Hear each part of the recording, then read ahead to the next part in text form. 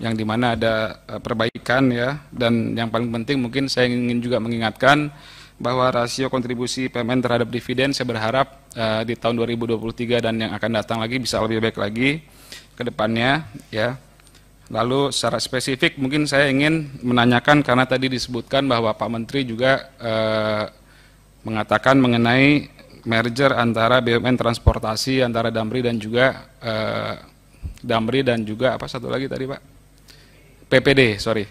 Damri dan PPD. Saya berharap mungkin ini bisa nanti dijelaskan lagi secara tertulis atau di waktu yang akan datang itu akan seperti apa, karena kalau melihat transportasi darat kita ini terutama yang dimiliki oleh BUMN ini ya, itu harus ke depan kalau saya lihat ini ada relasinya dengan apa yang dimiliki oleh BUMN seperti kereta api cepat Indonesia dan juga komuter lain yang lain. Yang saya lihat konektivitas ini juga belum terlihat dengan baik ya Pak. Kalau misalnya kita lihat di jalur kereta, LRT dan juga nanti ke depan kereta api cepat ini tentunya akan membutuhkan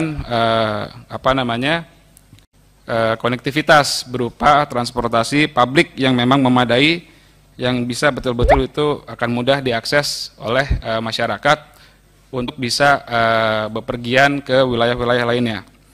Lalu yang kedua Pak, saya juga masih melihat sinergitas di antara BUMN-BUMN yang ada, ya itu masih kurang Pak.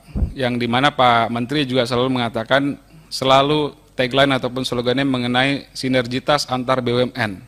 Itu satu hal yang mudah sekali diucapkan, yang sepertinya ini mudah sekali karena sesama BUMN, namun pada prakteknya ternyata selama kita rapat dengan beberapa BUMN, baik itu dalam RDP, RDPU itu masih mengalami kendala-kendala, dan juga mengenai terkait BUMN yang memang tidak berada di jalur bisnisnya itu sendiri. Contoh mungkin yang Bapak sebutkan di awal-awal sebelumnya bahwa nanti akan ada perampingan ataupun akan ada fokus ya di antara seluruh BUMN ini, misalkan yang memang fokusnya itu di transportasi, difokuskan untuk berada di industri transportasi. Namun ternyata masih ada juga BUMN-BUMN yang keluar dari jalur core bisnisnya.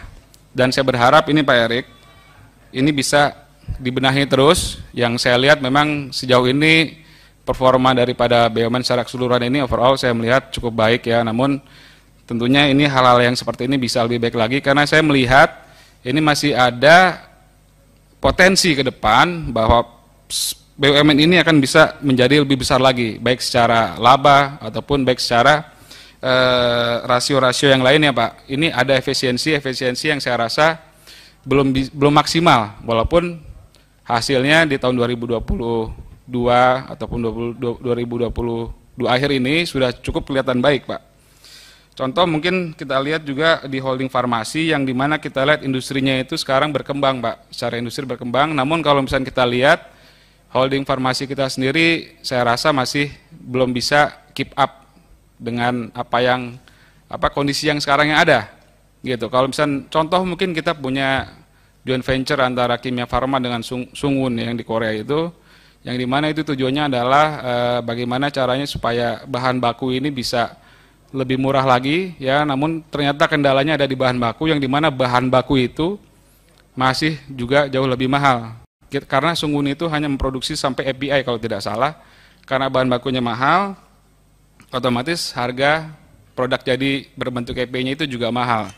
Mungkin saya berharap mudah-mudahan Pak Erik beserta jajaran di tahun 2023 ini bisa bekerja lebih maksimal lagi, bisa membuat mensupervisi seluruh BUMN ini bisa menjadi lebih efektif, efisien lagi. Dan yang terakhir mungkin mengenai net zero carbon, yang dimana itu adalah tugas kita bersama sebagai anak bangsa, karena ini untuk masa depan di tahun 2030, 2060 ini semua bisa betul-betul terlaksana dengan baik, dimulai dari BUMN itu sendiri Pak. Mungkin itu saja pimpinan, terima kasih. Wassalamualaikum warahmatullahi wabarakatuh.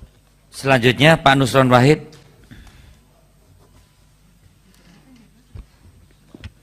Terima kasih Pak. Assalamualaikum warahmatullahi wabarakatuh.